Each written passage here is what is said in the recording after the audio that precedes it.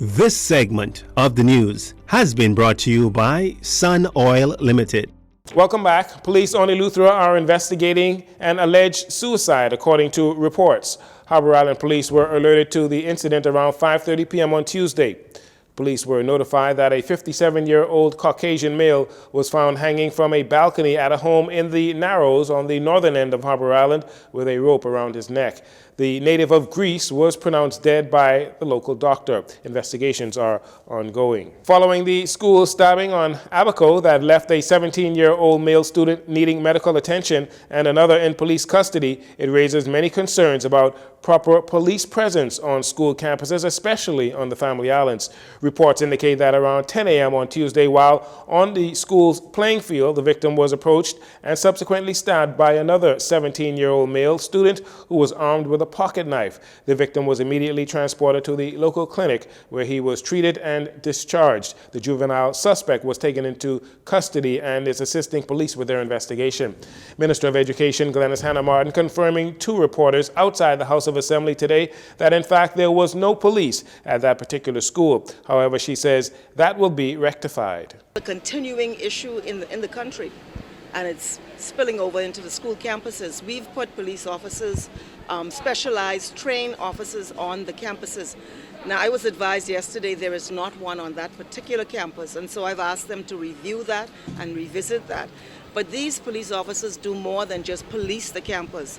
They do, they engage in mentorship, they do lectures on anger management, etc. It's it appears to be, from what we're seeing, a very useful program, and statistics are showing a decline in incidents on those campuses where those officers are. And as I've indicated, they're specialized, they're not just police officers. And so we have to keep at it. We got to keep at it until we are able to ensure that we stabilize our campuses. The last reported school incident that took place on Abaco happened in November of 2022 at the Patrick Bethel High School, where multiple violent altercations occurred. The education minister says the issue of violence among youth must be addressed beginning at home, but requires a collaborative effort. She also spoke on the challenges students on Abaco have been facing since Hurricane Dorian. There's a wider social context that we're dealing with in the Bahamas, and it requires all hands on deck. The parents have to play a role. You know, I'm not sure what the facts are in this particular incident, but if there was some form of weapon, we have to ensure that we assist our children understanding you don't take a weapon to the campus. And the wider community, we need all hands on deck. But we're doing all we're doing all that we can to ensure that the campuses are as safe as they are, but it requires collaborative efforts. And we're now reviewing that particular school in Abaco. Abaco has added complications, which include Dorian. The schools were closed for 3 years, not 2. There's trauma that's been associated with that, and so there are a lot of issues. It's not an easy road, but we are doing all that we can to confront the issue and to move beyond it. We have to work with our young people to ensure that they find a place of wholeness, and it's been a very challenging time. We will not stop. Meanwhile, police have confirmed that the teen victim was since treated and released from hospital. After the long 2-year hiatus, the Junior Junkanoo Parade has returned, and with 1 day to go until the big showdown on Bay Street, Minister of Youth, Sports and Culture Maria Bolake says preparations are going well despite not having the number of schools participating as expected. He says the parade will be a grand one nonetheless. Our preparations going pretty well. I think things is going to start on time at 6 p.m. We're happy to know that we've got a little increase in the schools that will be participating, not as much as we would have wanted.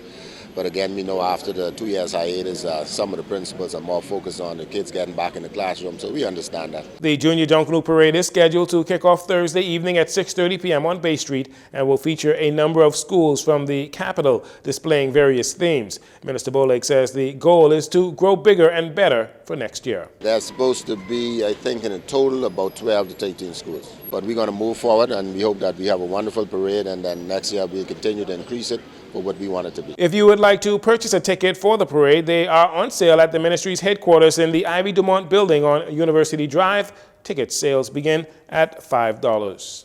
And finally, the New Providence Volleyball Association Night League is about to move into their 2022-2023 playoffs this evening with action at the Anatole Rogers Gymnasium on Faith Avenue, Southern New Providence. Competition begins at 7:30 p.m. with a ladies' affair as the Panthers host the Lady Techs in the first match of their 3-game series.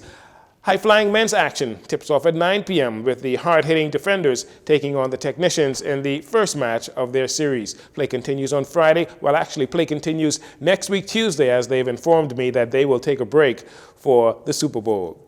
Entrance fee, normally just $3. And that'll do it for your JCN Evening News. Once again, I'm Jarino Saunders. This segment of the news has been brought to you by Sun Oil Limited.